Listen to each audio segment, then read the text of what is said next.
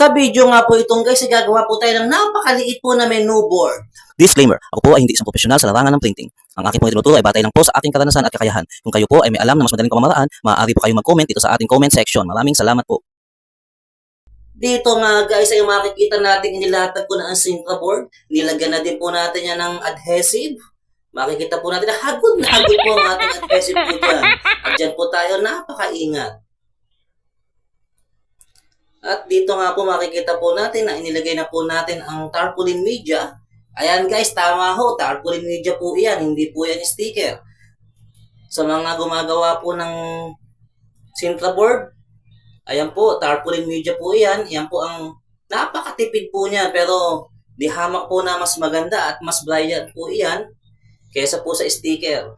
At ayan po ay pwede po din nating ilagay kahit po sa labas. At sigurado po na hindi po yan basta-basta kukupas. Basta siguraduhin lang po natin na tamang-tama po ang ating paghagod, guys. Katulad po ng paghagod dyan sa likod ng mga mahal natin sa buhay. At ayan nga po, matatapos na tayo, guys. Medyo pahirapan lang po talaga ang paghagod po dyan. Kailangan po ay wala po talaga siyang bubbles at hindi po dapat bubula ang ating media. At sa punto nga po na yan guys ay nahagod na po natin hanggang dulo. At tuwan-tuwa na nga po tayo at medyo ayos naman po siya. 90% na napakaganda po ng ating gawa. At dyan po sa dulo makikita po ninyo may dalawa po tayong crocodile dyan. At dyan nga po tayo maglalagay ulit ng adhesive. Yan na po ang final touch po natin. At makikita po ninyo kung paano po humagod si Sir Mo ng adhesive. Ayan po. Kitang-kita po ninyo. Kailangan po talaga hagod na hagod. At yung sumobra nga po na, hayaan na ho ninyong matapot, makakasira ho yan kung isasama pa ho natin.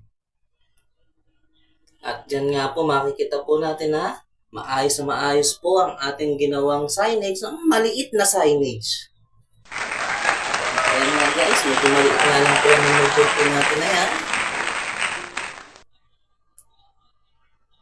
At nakita na rin po ninyo ang aking sikreto. Marami po ako nakapatong na salamin. At dyan nga po makikita ninyo, ikinabit na po natin yan guys.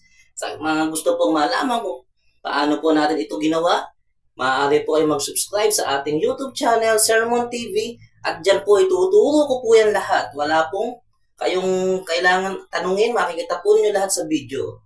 At dyan nga po sa mga menu board po na, yan po, sticker print po yan, vinyl sticker print po. Medyo mataas nga lang po.